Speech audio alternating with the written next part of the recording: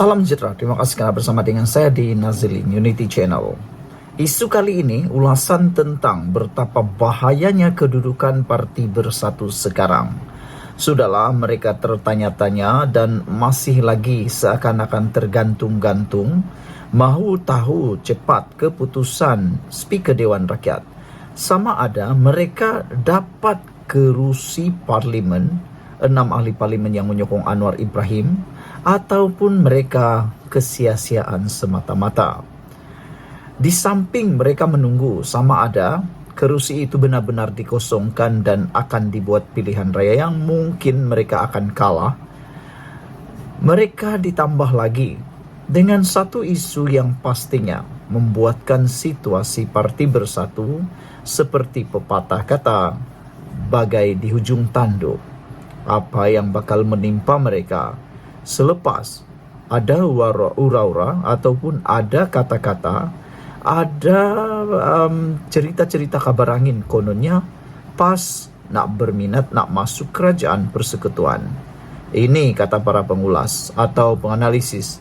Bersatu patut jaga-jaga perbincangan PAS kerajaan. Itu kata penganalisis. Kerana sebelum ini sudah ada duluan, sudah pernah terbukti.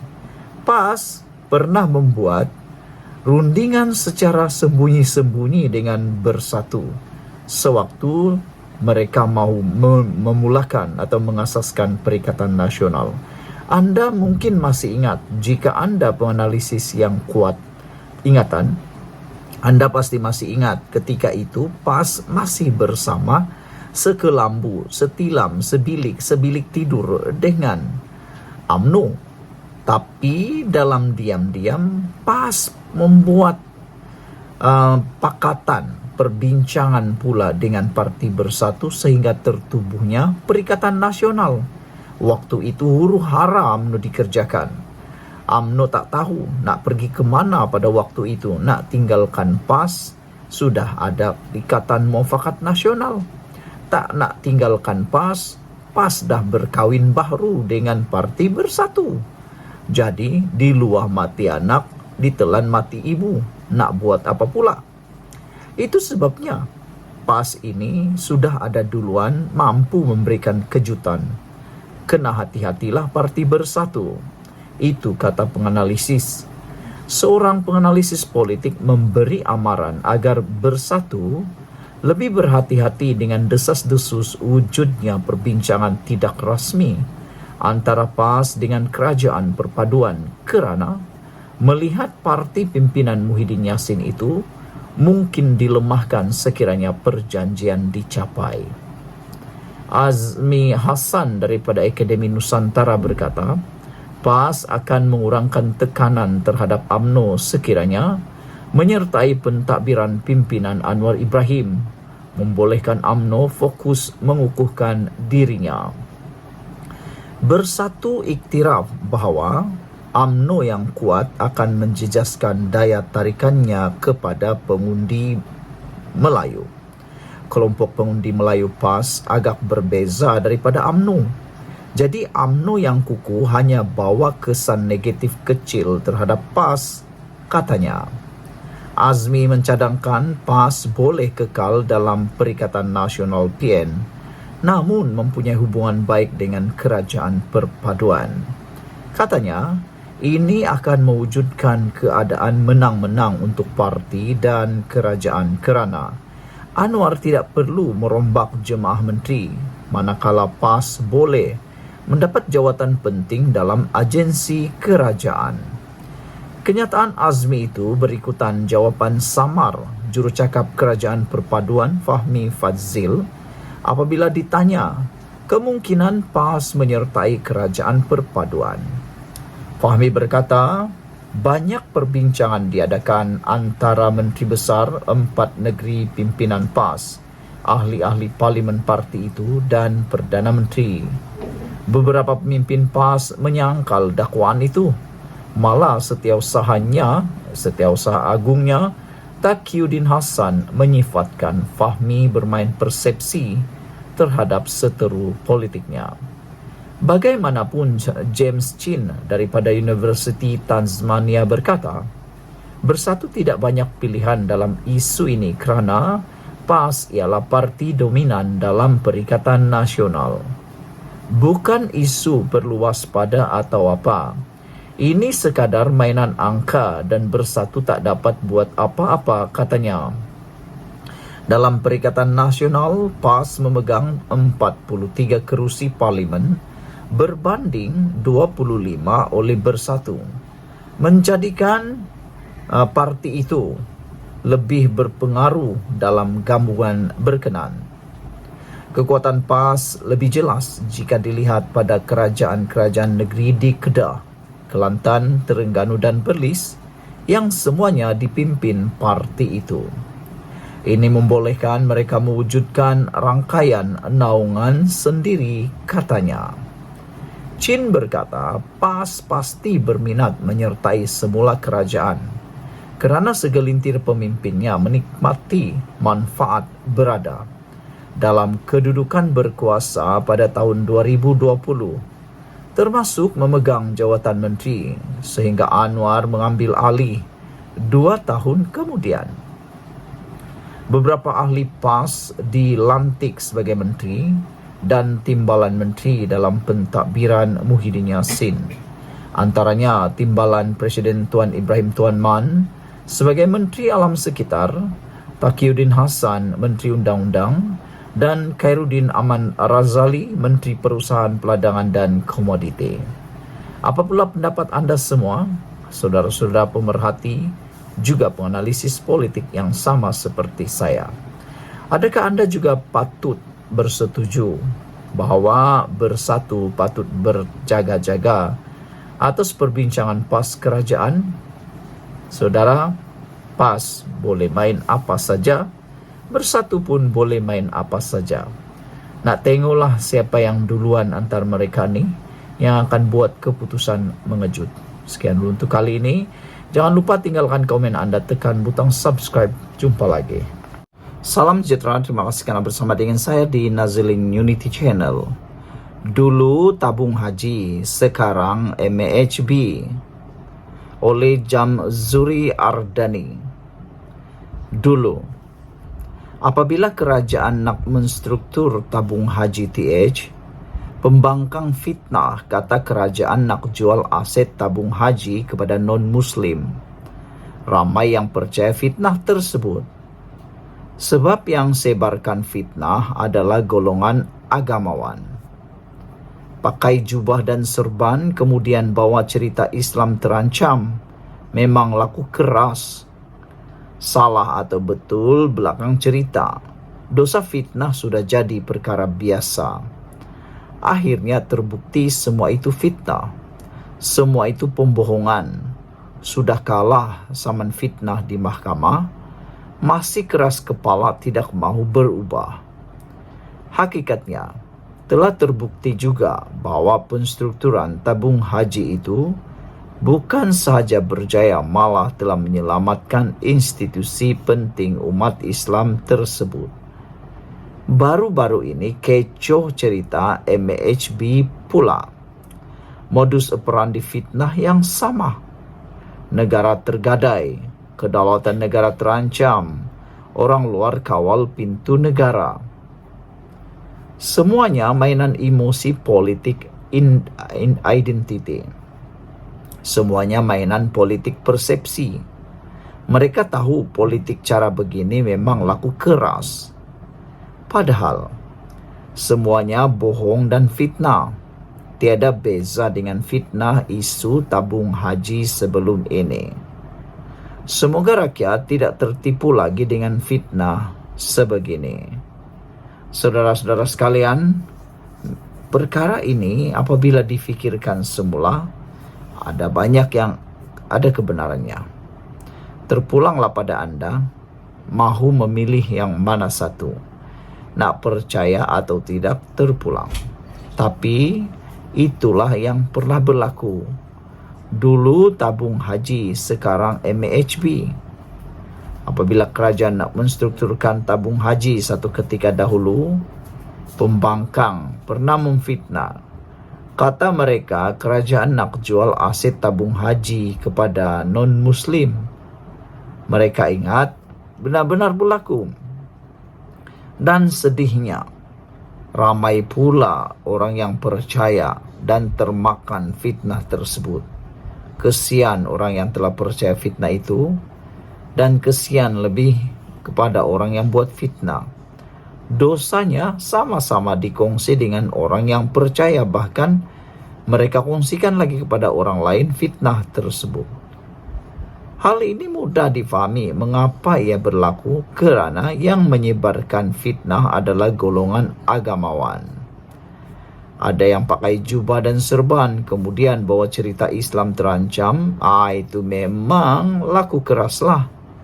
Salah atau betul belakang cerita. Dosa fitnah sudah jadi perkara biasa. Kadang-kadang ada juga pemimpin nih, yang mana mereka main cakap dulu. Cakap dulu baru minta maaf. Fitnah dulu baru minta maaf. Akhirnya mereka terbiasa perkara seperti itu. Dan kini terbukti semua yang dikatakan selama ini adalah fitnah semata-mata. Semua itu pembohongan.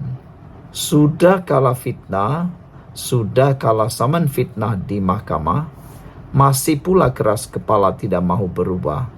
Dah berapa kali dah mereka kalah di dalam saman fitnah di mahkamah. Hakikatnya telah terbukti juga bahawa penstrukturan tabung haji itu bukan sahaja berjaya, malah telah menyelamatkan institusi penting umat Islam tersebut. Sekian untuk kali ini. Jangan lupa tinggalkan komen anda, tekan butang subscribe. Bye-bye. Jika ini benar, habislah Parti Bersatu. Mereka akan kehilangan apa yang digendong selama ini. Bak kata pepatah, yang dikejar tak dapat, yang digendong berciciran. Menurut calon daripada Bersatu ini, yaitu Azizi Abu Naim, akta anti lompat parti tak akan terpakai. Saya tanding nenggiri guna logo PAS, kata Azizi. Azizi Abu Naim berkata beliau tanding pilihan raya guna logo parti lain dengan watika calon ditandatangani Setiausaha Agung PAS Taqiyuddin Hasan. Bekas adun Nenggiri Azizi Abu Naim mendakwa akta anti lompat parti tidak terpakai terhadapnya, memandangkan beliau bertanding menggunakan logo PAS dengan watika calon ditandatangani Setiausaha Agung parti itu, walaupun menjadi ahli Bersatu. Katanya, perkara itu sudah dijelaskan kepada Presiden Bersatu Muhyiddin Yassin, memaklumkan telah berlaku kekilafan terhadap tindakan parti ke atasnya, merujuk kepada terhenti keahlian kerana tidak patuh arahan parti. Memang jelas kita masa PRU 15 kita menggunakan logo PAS di kedua-dua pilihan raya, iaitu Parlimen ahli Aziz juga ahli Parlimen Gua Musang dan Dewan Undangan Negeri. Terdahulu saya bertanding untuk Dewan Undangan Negeri. Memang watika itu ditandatangani oleh Taqiyuddin selaku Setiausaha Agung PAS. Kita tidak nampak langsung kenapa Bersatu menghantar notis kekosongan yang perlunya Speaker Negeri Muhammad Amar Abdullah untuk menerima notis tersebut, sedangkan saya boleh isytihar pada masa itu, katanya menurut Esro Awani. Azizi juga memberi contoh bekas ahli Parlimen Pasir Mas Ibrahim Ali yang pernah bertanding bebas namun menggunakan logo PAS. Jadi pada masa itu tidak ada parti. Jadi saya boleh pastikan pada masa itu saya bukan Bersatu sebab saya menggunakan logo PAS, katanya. Azizi antara 6 ahli parlimen dan adun yang keahlian mereka dihentikan Bersatu kerana mengisytiharkan sokongan kepada Perdana Menteri Anwar Ibrahim serta Menteri Besar Selangor Amiruddin Syari. Adun Selat Kelang Abdul Rashid Ashari pula menyokong Amiruddin. Ditanya berhubung jangkaan keputusan Speaker Dewan Rakyat Johari Abdul Azizi berkata statusnya bersama 5 lagi ahli parlimen kemungkinan diketahui selewat-lewatnya minggu depan. Katanya beliau sudah menerima notis daripada Johari untuk menjawab beberapa perkara dan dijangka menghantar jawapan bertulis minggu ini. Kita agak begitulah kalau ikut pada notis yang kita dapat. Maklum maknanya. Parti dapat hantar notis kepada pejabat speaker minggu lalu. Dan speaker ada masa 21 hari sahaja. Sebagaimana yang diberitahu, jadi kita jangka minggu depan keputusannya akan diberitahu, kata beliau. Kalau ini benar, akta anti lompat parti tak terpakai, maka sia-sia sajalah perjuangan Parti Bersatu. Salam sejahtera. Terima kasih kerana menonton channel Nazilin Unity. Akhirnya, Perdana Menteri ke-10 Anwar Ibrahim dedah tipu daya pembangkang isu MAHB, GIP dan BlackRock. Dipetik daripada Harapan Daily oleh Ahmad Mursi. Pembangkang fitnah kerajaan jual hak Malaysia dalam MAHB kepada pelabur asing. Kalau dijual hak Malaysia, tentulah share kerajaan makin kurang. Ini makin bertambah banyak pula. Mana yang tak betul? Dari 41% jadi kini 70% melalui KWSP dan Khazanah. Pembangkang tak pandai mengira ke? Atau buat-buat tak pandai kira? Kalau memang tak pandai kira, janganlah jadi ahli parlimen, jangan jadi YB. Ketika ini, 32% saham dipegang pelabur lokal. Pelabur luar pula memang dah pegang 27% dan pernah capai sehingga 45% tahun 2018. Tak bising pula pintu masuk negara dipegang pelabur luar. Selama ini, dengan 41% bukan kerajaan kawal sepenuhnya, MAHB pun. Tapi selepas ini, MAHB akan balik semula kepada kawalan kerajaan dengan 70% pegangan. Sejak 2012, KWSP dah ada kerjasama dengan GIP. Bahkan, KWSP juga ada kepentingan dalam Airport Gatwick dan Sydney. KWSP dah lama berunding dengan GIP untuk kerjasama ini dan rundingan telah selesai. Kerajaan tak pernah berunding dengan BlackRock pun selama ini. GIP ialah Global Infrastructure Partners. Hanya tahun ini tiba-tiba BlackRock kata berminat nak beli saham GIP. Itu pun belum diputuskan. Pelaburan GIP dalam MAHB ini kecil je. Hanya 5% dari keseluruhan profitnya, iaitu $112 bilion seluruh dunia sebagai pengurus infrastruktur terkemuka. Kepakaran itu yang nak dibawa masuk selain nak suntik dana. Perdana Menteri ke-10 Anwar Ibrahim kata, modal yang akan masuk RM10 bilion jika kerjasama dengan GIP ini dibuat. Boleh guna untuk majukan perniagaan MAHB dan bangunkan lapangan terbang. Tak perlu kerajaan berhutang dan dana negara boleh digunakan ke tempat lain. GIP dan Lembaga Pelaburan Abu Dhabi ADIA akan beli dari 27% saham yang memang kini dipegang pelabur luar dan akan jadi 30%. Jadi tuduhan pembangkang itu fitnah. MAHB hanya pengurus lapangan terbang. Lapangan itu kekal hak milik kerajaan. Sama seperti lapangan terbang Sibaha, Gökçen, Istanbul yang MAHB urus. Lapangan itu masih kekal milik kerajaan Turki. Tawaran dibuka pada banyak pihak. Dari 145 syarikat yang layak, hanya 5. Tapi yang setuju dengan syarat kerajaan hanya GIP, iaitu syaratnya CEO dan pengurus serta saham majoriti kita yang pegang. Tak banyak yang sanggup. Masa pembangkang tebuk atap pada tahun 2021, KWSP berunding terus dengan BlackRock. $600 juta dana patuh syariah terbesar dalam sejarah diserah kepada BlackRock untuk diuruskan. 10 hari sebelum itu, Gaza diserang. Halal pula, mana semua walaun. Nak ulang sekali lagi. Masa tebuk atap tahun 2021, KWSP berunding terus dengan BlackRock. $600 juta dana patuh syariah terbesar dalam sejarah diserah kepada BlackRock untuk diuruskan. 10 hari sebelum itu, Gaza diserang. Halal pula, mana semua walaun.